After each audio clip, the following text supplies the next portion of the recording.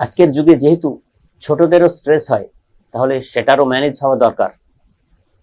সবচেয়ে বড় দায়িত্ব অভিভাবকগণের, তো তাদের দরকার সাইকো এডুকেশন। ছোটদের স্ট্রেস ম্যানেজমেন্টে অভিভাবকদের সাইকো এডুকেশন কি হবে, আজকের আলোচনা এই নিয়ে।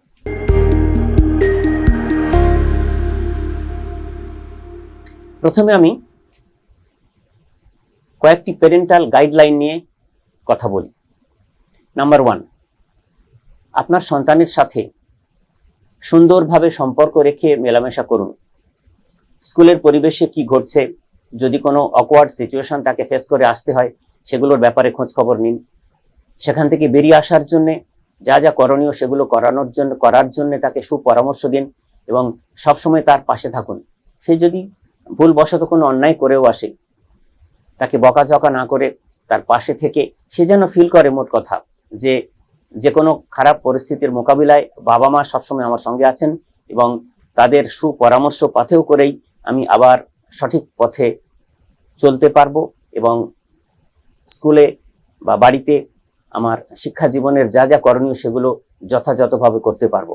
এমনকি এই প্যারেন্টাল গাইডলাইনের মধ্যে একটা ইম্পর্টেন্ট কথা বলা হয় যে আপনিও তো ছাত্র জীবন কাটিয়ে এসেছেন, বাবা বা মা যখন আপনারা, তো তখনকার কোনো অভিজ্ঞতার সাথে আপনার সন্তান যে সমস্যার মধ্যে দিয়ে যাচ্ছে সেটাকে যদি রিলেট করে তাকে বুঝিয়ে দিতে পারেন, আপনিও যদি কোনো নেগেটিভ সিচুয়েশনের মধ্যে যান, কিভাবে সেটা ওভারকাম করেছেন সেটা যদি তার সাথে শেয়ার করেন, তার কিন্তু বুঝতে সুবিধা হবে।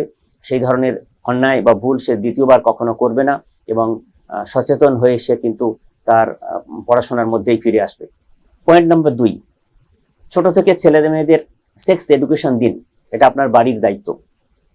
কেননা ছেলে বা মেয়ে বিপথে যাচ্ছে কিনা সেটা আপনাকে খেয়াল রাখতে হবে, সে পর্নোগ্রাফিতে অ্যাডিক্টেড হচ্ছে কিনা সে ব্যাপারে আপনাকে সবসময় খেয়াল রাখতে হবে এবং এই সেক্স এডুকেশন যদি ঠিকভাবে আপনি দিতে পারেন, তাহলে কিন্তু তাদের থট প্রসেস পারভার্টেড হবে না কখনো এবং তারা ঠিকভাবে পড়াশোনায় মনোনিবেশ করে তাদের শিক্ষা জীবনের কাঙ্ক্ষিত সাফল্যের দিকে এগিয়ে যেতে পারবে। এক্ষেত্রে যদি কোনো ভয় ভীতি বা উৎকণ্ঠা থাকে যে না এইসব ব্যাপারে কিভাবে সন্তানের সঙ্গে কথা বলবো, যুগ অনেক পাল্টেছে। আজকের যুগে বলা হয় যে সন্তানের সাথে খোলামেলা সবকিছু যদি আলোচনা করে তাদের সেক্স এডুকেশনটা দেওয়া যায়, তাহলে কিন্তু তারা এই সেক্স ট্যাবু এটাকে নিয়ে তাদের যে নেগেটিভিটি গুলো থাকে এবং উদ্বেগ উৎকণ্ঠা থাকে, অনেক সময় মেয়েদের ক্ষেত্রে ঘটে যায় যে তারা ইনফ্যাচুয়েশনের মোহের তাগিদে স্কুল গোয়িং মেয়েরা কিন্তু কারোর সাথে পালিয়ে চলে গেল বা অনেক খারাপ সিচুয়েশনের মধ্যে দিয়ে যেতে হতে পারে। তো সেগুলো যাতে না হয়, সেগুলোর জন্য যদি প্রপার সেক্স এডুকেশন অভিভাবক হিসেবে আপনারা দিতে পারেন, তাহলে কিন্তু আপনার সন্তান কখনোই আর বিপদগামী হবে না। পয়েন্ট নাম্বার 3, এই প্রেম ভালোবাসা এগুলো তো আমাদের স্বাভাবিক প্রবৃত্তি। ওরা আস্তে আস্তে বড় হচ্ছে, ছাত্রছাত্রীরা, আপনার সন্তান, তাদেরও আসবে। তো এটা নিয়ে বকাঝকা করার দরকার নেই, সুন্দর করে বুঝিয়ে বলা। কেননা আপনারা তো বাবা মা, আপনারাও তো ওই বয়সের মধ্যে দিয়ে পেরিয়ে এসেছেন, আপনাদেরও ওই অভিজ্ঞতা হয়েছে। তো সেই অভিজ্ঞতার আলোকে তাদেরকে বুঝিয়ে বলুন যে ধরুন আপনার মেয়ে বা আপনার ছেলে কারোর প্রেমে পড়েছে, তার জন্য তার পড়াশোনার ক্ষতি হচ্ছে, তো তাকে যদি সুন্দর করে বুঝিয়ে বলেন যে এই মুহূর্তে তোমার প্রায়োরিটি কি, তোমার এডুকেশন, তোমার পড়াশোনা, যে বয়সের যেটা করণীয়, তো আপনারা যদি তার পাশে ঠিকভাবে থেকে যথাযথ যুক্তি দিয়ে, ভয় দেখিয়ে বা ফিজিক্যাল অ্যাসল্ট করে যদি আপনি সমস্যার সমাধান করার চেষ্টা করেন, তাহলে কিন্তু আপনার সন্তান আরো বেশি বিগড়ে যাবে, আরো অবাধ্য হবে, আপনাদেরও অবাধ্য হবে। দেখবেন, শুনতে পাবেন দুদিন পরে স্কুলে গিয়েও শিক্ষক শিক্ষিকা মহাশয়গণেরও অবাধ্য হচ্ছে। তো ফলে এই প্রেম ভালোবাসা সংক্রান্ত যে ক্রাইসিস অ্যাডোলেসেন্ট পিরিয়ডে এই বয়ঃসন্ধিতে ঘটে, সেটাকে আপনারা তার সবকিছু ঠিকভাবে বুঝে নিয়ে যদি আপনার সন্তানের সঙ্গে আলোচনা করেন, তাহলে দেখবেন তারা বিপদগামী হবে না কখনো। সেই জন্যই এই সাইকো এডুকেশন আমাদের অভিভাবকগণের জন্য, আমাদের সবার জন্য, বড়দের জন্য ভীষণভাবে দরকারি। পয়েন্ট নম্বর 4, ছেলে তো বড় হচ্ছে, মেয়ে তো আপনার বড় হচ্ছে, তার তো আত্মবিকাশের অধিকার আছে, তেমনি আত্মনিয়ন্ত্রণের অধিকার আছে। সে যা ভাবছে সব ভুল এমন তো না, সবকিছু আপনারা চাপিয়ে দেবেন এমন নয়। তো সবসময় তাদেরকে ছাড়তে শিখুন। কতটা নিয়ন্ত্রণে রাখবেন, কতটা ছাড়বেন, সেটারও একটা প্রামাণ্য মানদণ্ড আছে। সেগুলো শিখে আপনার সন্তানের উপরে প্রয়োগ করুন। সবসময় নজরদারি করার দরকার নেই, তাকে বাইরে ছাড়ুন, সেখানে সে কেমন ভাবে মানুষের সঙ্গে মিশছে, ব্যবহার করছে, নিজেকে সামলাচ্ছে। কেননা মানুষ ঠকে শেখে। ফলে তাদের সেই পরিস্থিতির মধ্যে দিয়ে যেতে দিন, দেখবেন একবার ঠেকবে, একবার ঠকবে, তারপরে কিন্তু আর কখনো সে ভুল করবে না। নিজে অনেক শক্ত এবং পরিণত মনের মানুষ হিসেবে বড় হতে শুরু করবে, এবং আপনিও স্বস্তির নিঃশ্বাস ফেলবেন যে হ্যাঁ, আমার ছেলে মেয়ে বাইরে থাকুক, যেখানে থাকুক, সে অসৎ কাজ করবে না, খারাপ কাজ করবে না, পড়াশোনাটাই মন দিয়ে করবে। তো এই পরিস্থিতিটা তৈরি করার জন্য আপনাদের অর্জিত যে সাইকো এডুকেশন, সেই জ্ঞান আপনাদের অভিজ্ঞতার আলোকে তাদের সঙ্গে প্রয়োগ করলে, শেয়ার করলে দেখবেন আপনার সন্তান পড়াশোনার মধ্যেই ডুবে আছে।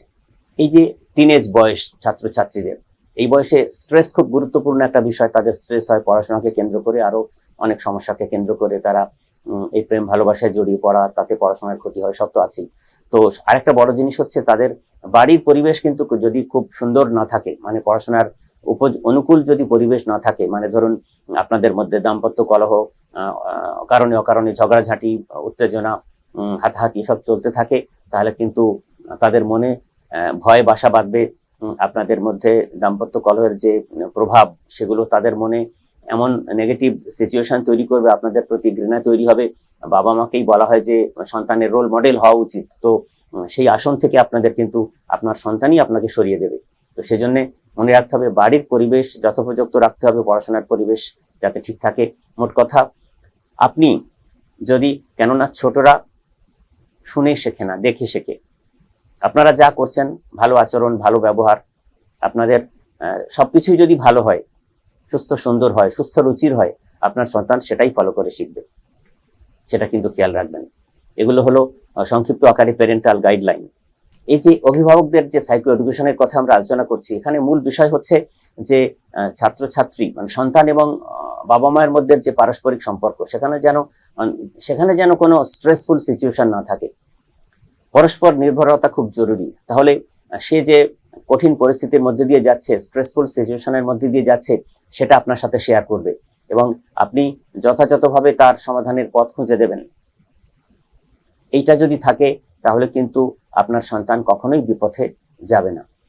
ওর কখনো মুড সুইং হচ্ছে কিনা, ওর মন খারাপ করছে কিনা, সেগুলো আপনারা খেয়াল রাখবেন, এবং সবসময় নিজেদের পাওয়া না পাওয়া অপূর্ণ ইচ্ছাগুলো তার উপর চাপিয়ে দেবেন না। তাতেই কিন্তু হিতে বিপরীত হয়। সব সন্তানের আইকিউ লেভেল এক রকমের হয় না, যে যার নিজের মতো করে সুন্দর, এবং তারা তার মতো করেই তার পারফরমেন্স করবে। ফলে আপনার সন্তান আপনার মতন, সে ইউনিক একজন মানুষ, তার মধ্যে যে ডিভাইন কোয়ালিটিস আছে, তার মধ্যে যে পজিটিভিটি আছে, তার মধ্যে যে ঐশ্বরিক এনার্জি আছে, সেগুলো দিয়েই সে তার জীবনে সাফল্যের পথ খুঁজবে। তো আপনাদের ইচ্ছে মতো কিছু চাপিয়ে দেওয়া জিনিস কখনোই করা চলবে না, আর নজরদারি তো কখনোই নয়। মনে রাখবেন, আপনার সন্তান একজন আলাদা মানুষ, সে আস্তে আস্তে বড় হচ্ছে, তার আত্মসম্মান বোধ তৈরি হচ্ছে, তার সঙ্গে আচরণে, কথায়, বার্তায় তার যেন ছাপ থাকে আপনাদের।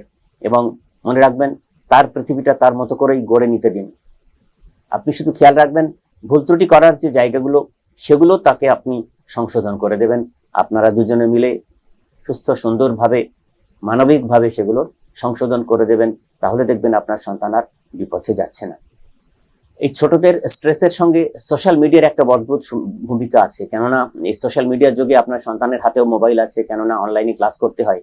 এখন সেক্ষেত্রে তারা অনেক অনেক অনেক অ্যাডাল্ট কন্টেন্ট দেখে ফেলছে, ইচ্ছায় বা অনিচ্ছায়। তো সেক্ষেত্রে আপনাদের যেটা করতে হবে, কারণ এক্ষেত্রে সেক্সুয়াল এক্সটর্শনের ঘটনা ঘটে যায়, সাইবার ক্রাইমের মতো ঘটনা ঘটে যায় ছাত্রছাত্রীদের সাথে, ছোটদের সাথে। তো তার থেকে যে ভয়ানক স্ট্রেস, মানে তাদের লাইফ শেষ হয়ে যেতে পারে। সেক্ষেত্রে সাইকো এডুকেশনে বলা হয় যে অভিভাবকদের সবচেয়ে বড় কাজ হচ্ছে যে আপনাদের নিজেদের যে সোশ্যাল মিডিয়া ব্যবহার, সেটাকে যথোপযুক্তভাবে নিয়ন্ত্রণ করতে হবে। সেটা আপনি করতে পারলে তবেই আপনার সন্তানকে আপনি বলতে পারবেন যে এই লিমিটেড পিরিয়ড তুমি এটুকু ইউজ করো, এবং সেটাও রিফ্রেশমেন্টের জন্য। স্কুলে মন দিয়ে পড়াশোনা শোনা, বাড়িতে এসে মন দিয়ে পড়াশোনা করা, কোচিং সেন্টারে টিচারের কাছে মন দিয়ে পড়াশোনা করা, তারপরে যে মাঝের ফাঁকটুকু সময়, আধ ঘন্টা 1 ঘন্টা জাস্ট রিফ্রেশমেন্টের জন্য, সবচেয়ে ভালো মাঠে গিয়ে খেলতে পারলে, এবং উচিত সেটা। বর্ষার দিন হয়তো সম্ভব হচ্ছে না, অতিরিক্ত শীতের দিন সম্ভব হচ্ছে না, সেদিন হয়তো একটু মোবাইলে একটু গেম খেললো, কিছু একটু দেখলো। এভাবে তাকে যদি আপনি শুনুন, ভালোবেসে সবকিছু আদায় করে নেওয়া যায়। জানেন তো যে শক্তি তখনই মানুষের প্রয়োজন হয় যখন সেটা অপব্যবহার করতে হয়, মানুষের ক্ষতি করার জন্যই। কাউকে ক্ষতি করতে আপনি যখন চান তখনই আপনার শক্তি প্রয়োগের প্রয়োজন হয়। আর ভালো করার জন্য ভালোবাসাটুকুই যথেষ্ট। তো আপনি আপনার সন্তানকে ভালোবাসেন, প্রাণপ্রিয় সন্তান, তো সেটা এই যে প্রকৃতপক্ষে সাইকো এডুকেশন, এটা যদি আপনার যথাযথ থাকে, আমরা বায়োলজিক্যাল ফাদার অ্যান্ড মাদার, এটা হলেই কিন্তু সন্তান মানুষ হয়ে যাবে না। সেজন্য আমাদের একটু সচেতন হতে হবে, একটু শিক্ষিত হতে হবে। এটা হতে পারলেই আমাদের সন্তান তাদের শিক্ষা জীবনে চূড়ান্ত শিখরে উঠতে পারবে। প্রথম থেকে বলা প্যারেন্টাল গাইডলাইনগুলো ফলো করে আমি যেটা বোঝানোর চেষ্টা করলাম, আমাদের অভিভাবকগণ যদি সেটা ফলো করেন তাহলে তাদের সন্তান সন্ততিরা তাদের জীবনে কাঙ্ক্ষিত সাফল্য পাবে।